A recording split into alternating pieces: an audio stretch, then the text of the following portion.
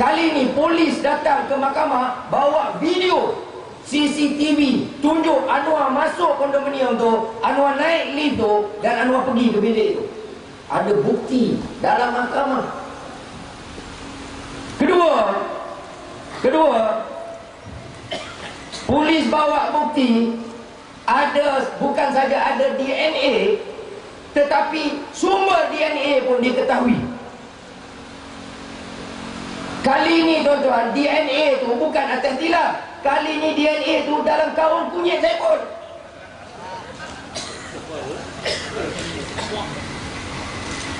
Dan sumber DNA tu mereka dapat sahkan bahawa sumbernya adalah daripada air minyak kelinci Anwar Ibrahim.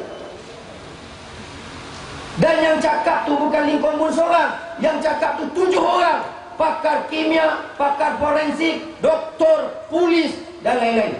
7 orang ni tak kenal satu sama lain, tapi 7 buat rumusan bahawa ada DNA, sumber DNA ni daripada Anwar Ibrahim, dan ianya ada dalam karung kunyit Saiful. Tuan-tuan bayang macam mana Anwar Ibrahim nak jawab dalam mahkamah. Macam mana nak jawab? Tahun 98 dia jawab. Kali ni nak jawab macam mana? Tak cukup dengan tu, yang paling Anwar takut, saksi nak kata dia tak ada di kondominium Bukit Damansara tu hari tu. Saksi dia ialah isteri sayang, Oh Azizah.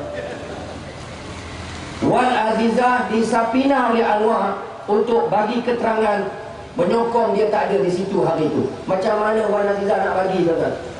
Polis bawa video, muka Wan Azizah pun tak ada hari itu. Kedua, tuan-tuan ingat lagi baru ni, bila isu Jam Omega Timur, di rumah dia buat press conference. Sebelah dia anak dia Nurul Izzah, sebelah ni Menteri Besar Khalid Ibrahim, sebelah situ lawyer Latifah Koyak, sebelah sini lawyer Siva Rasa, sebelah ni lawyer kawan-kawan adik-beradik dia. Ramai keliling dia. Reporter perempuan tanya dia, mana jam tu Dr. Wan Azizah? Tuan-tuan, kalau ada jam tu, PC tu buat kat rumah dia. Kau tunggu kejap, akak jam dia dalam bilik dah. Kan senang, selesai cerita. Dah satu dunia nampak macam mana Wan Azizah dikelilingi oleh anak beranak lawyer dan kawan-kawan dia.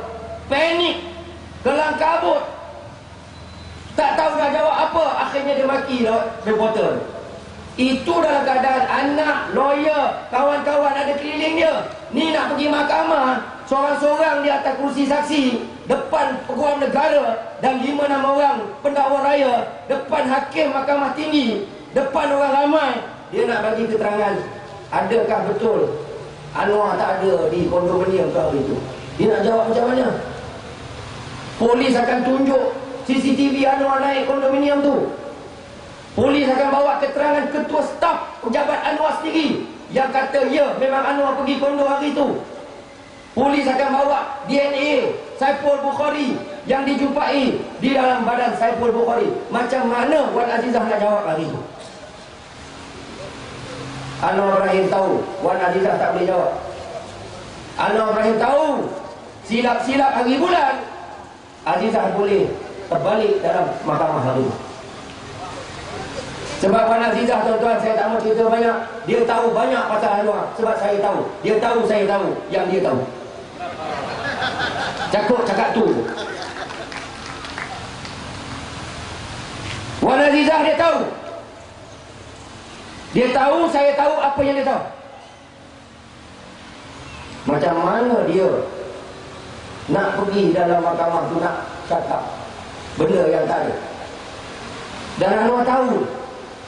Kalau tuan-tuan duduk dalam keadaan Anwar Ibrahim, daripada bini aku terbongkang dalam kot, silap-silap hari bulan kata ya, memang betul Anwar dah buat, daripada dia tak boleh terketat-ketat nak jawab pertuduhan tu dengan bukti dan saksi yang polis ada.